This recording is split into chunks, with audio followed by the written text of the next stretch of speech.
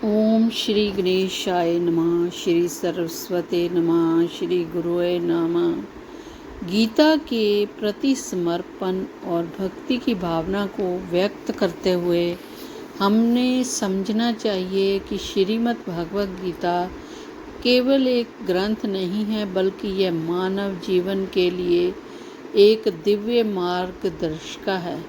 इसका प्रत्येक अध्याय आत्मज्ञान और मोक्ष और सद्गुणों की ओर प्रेरित करता है। गीता का महात्म्य अपार है और इसे समझने के लिए हमें उसके प्रत्येक श्लोक को गहराई से समझने की आवश्यकता है। गीता के 16वें अध्याय में भगवान श्री कृष्ण ने अर्जुन को देवी और आसुरी संपत्ति का वर्णन किया है। इस अध्याय में 24 श्लोक हैं जो मनुष्य जीवन के लिए महत्वपूर्ण शिक्षाएं प्रदान करते हैं। अध्याय 16 का सार। अध्याय 16 में भगवान श्री कृष्ण ने 2 प्रकार के मनुष्यों के गुणों का वर्णन किया है। पहले देवी संपत्ति वाले मनुष्य होते हैं जिनके पास अच्छे गुण होते हैं, और दूसरे आसुरी संपत्ति वाले जिनमें बुरे गुण होते हैं। ये दोनों गुण मनुष्य के जीवन और उसके कर्मों को निर्धारित करते हैं। दैवी गुण। इस अध्याय की शुरुआत में भगवान श्री कृष्ण ने दैवी गुणों की व्याख्या की है।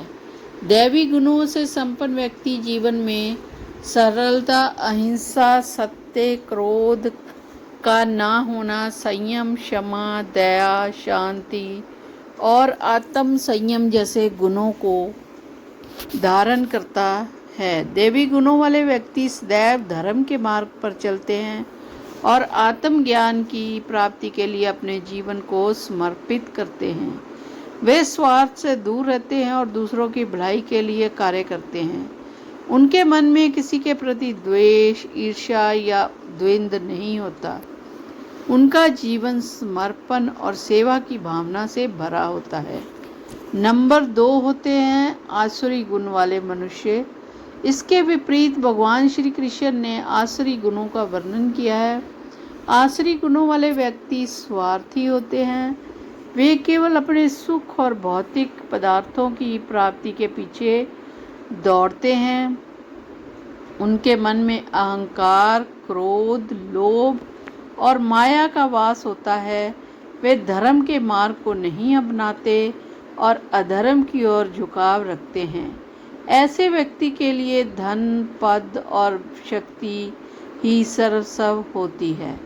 वे अपनी इच्छाओं की पूर्ति के लिए किसी भी ने उन आसुरी व्यक्तियों का वर्णन किया है जो अहंकार और लोभ के कारण अज्ञानता के अंधकार में फंसे रहते हैं। ऐसे लोग अपने जीवन में धन और संपत्ति को ही सर्वोच्च मानते हैं और वह इसे प्राप्त करने के लिए किसी भी सीमा तक जा सकते हैं। वे धर्म और सत्य से कोसों दूर होते हैं और अपने कर्मों से केवल पाप का संग्रह करते हैं। भगवान ने बताया कि ऐसे लोग अपने कर्मों के परिणाम स्वरूप अंततः नरक में जाते हैं और उन्हें अनेक प्रकार के कष्टों का सामना करना पड़ता है। श्लोक 19-20। इस श्लोक में भगवान ने स्पष्ट किया है कि आसुरी गुणों वाले व्यक्ति पुनर्जन्म के चक्र में फंसे रहते हैं और उनके लिए मोक्ष प्राप्त करना अत्यंत कठिन है। भगवान ने उन्हें नरक का द्वार कहा है, जो व्यक्ति को पतन की ओर ले जाता है। ऐसे व्यक्ति अधोगति की ओर अग्रसर होते हैं और उन्हें कभी भी वास्तविक सुख या शांति की प्राप्ति नहीं होती। श्लोक 21, 22, 23, 24।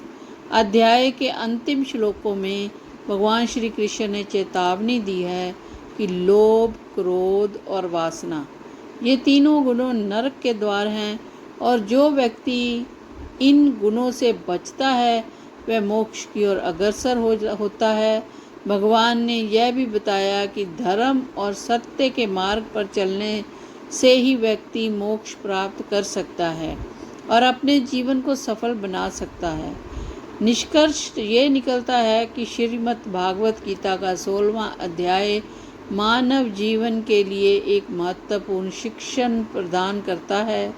इसमें भगवान श्री कृष्ण ने यह स्पष्ट किया है कि दैवी और आसुरी गुण व्यक्ति के जीवन की दिशा तय करते हैं।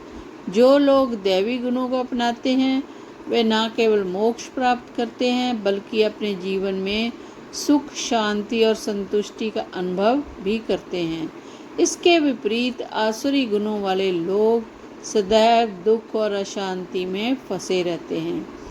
इस अध्याय का मुख्य संदेश यह है कि हमें सदैव दैवी गुणों को अपनाकर धर्म और सत्य के मार्ग पर चलना चाहिए ताकि हम अपने जीवन को सफल बना सकें और मोक्ष प्राप्त कर सकें।